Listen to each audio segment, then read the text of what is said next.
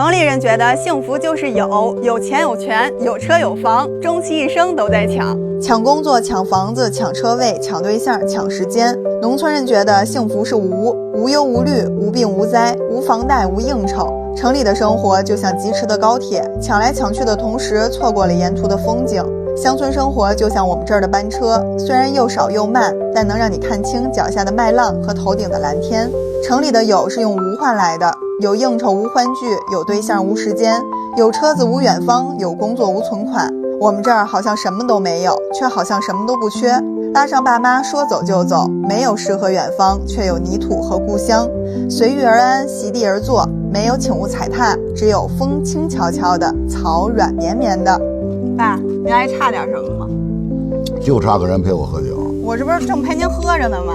你陪我喝跟姑爷陪我喝能一样吗？你说是不是这理儿啊？你怎么还抢我台词儿啊？快干杯！